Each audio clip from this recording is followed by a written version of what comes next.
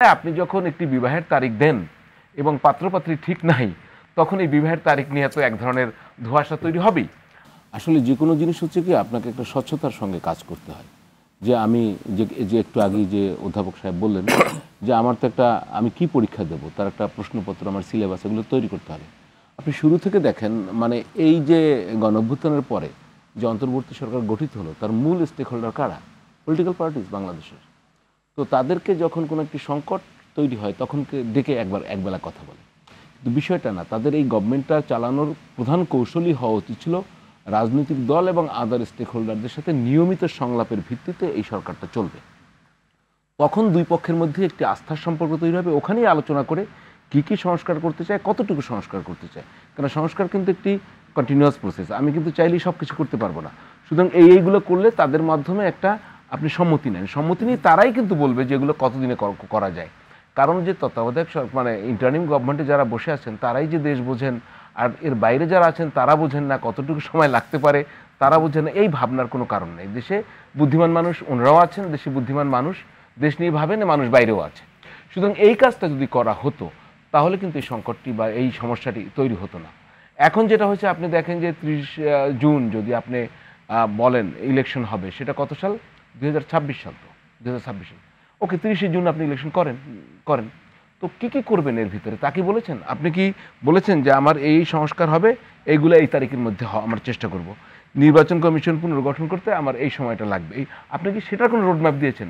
তাহলে আপনি যখন একটি বিবাহের তারিখ দেন এবং পাত্রপাত্রী ঠিক নাই, তখন এই বিবাহের তারিখ নিয়ে তো এক ধরনের ধোঁয়াশা তৈরি হবেই।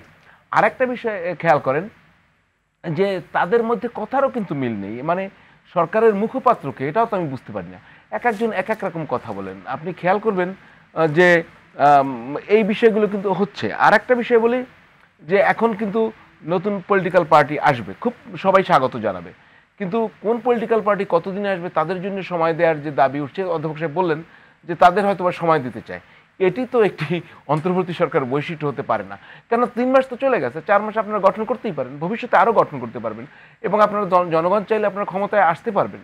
কিন্তু এটি যদি একটি রাজনৈতিক দলকে তার সুবিধা দেয়, যদি দিয়ে থাকে, তাহলে এই অন্তর্বর্তী সরকারের গ্রহণযোগ্যতা নিয়ে এবং তার নিরপেক্ষতা নিয়ে প্রশ্ন ওঠাই স্বাভাবিক। তখন যে প্রশ্নটা হবে, আপনি জানেন আদালতের রায় কিন্তু ফিরে আসছে কেয়ারটেকার গভর্নমেন্ট, তখন এই গভর্নমেন্টের ইলেকশন করার ক্যাপাসিটি এবং গ্রহণযোগ্যতা থাকবে কিনা, তাহলে কি নতুন করে কেয়ারটেকার সরকার লাগবে? এটা কিন্তু নতুন প্রশ্ন এখন উত্থাপিত হচ্ছে।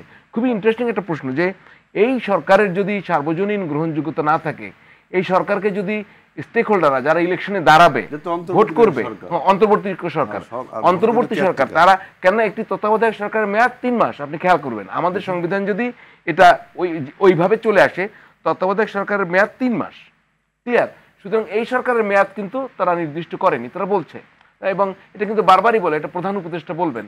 তো প্রধান উপদেষ্টা বলেছেন, তার সাথেও কিন্তু ডিফার করেছে। উনি কি বলেছিলেন? উনি বলেছিলেন 2025 সালের শেষ দিকে অথবা 2026 সালের প্রথম দিকে। 26 সালের প্রথম দিন মানে মানে প্রথম দিকে ভাই, প্রথম দিকে। আমি আপনাকে বলি আর্লিয়ার 2026, আর্লিয়ার মানে কি? Not June, before June. আপনি খেয়াল করবেন, আমি যদি বলি যে 2025 শেষের দিকে আমি নিশ্চয়ই জুন বলবো না, আমি নভেম্বর ডিসেম্বর বুঝবো। এটিতে মানুষের সহজ বোঝার বিষয়। তো এই জিনিসগুলো আসলে খুব মানে হয় কি, এটা অনেক মানে বিষয়টা মানুষও বোঝে স্বাভাবিকভাবে যে কি করতে চান। অর্থাৎ আপনার স্বচ্ছতা নিয়ে যখন প্রশ্ন উঠবে, তখন কিন্তু আপনি যাদের নিয়ে সংস্কার করতে চান, সেই দেশ চালাবে কারা বলেন সেলিম ভাই? দেশ চালাবে রাজনৈতিক দল। দেশ কিন্তু না, অনির্বাচিত সরকার দেশ চালাবে না।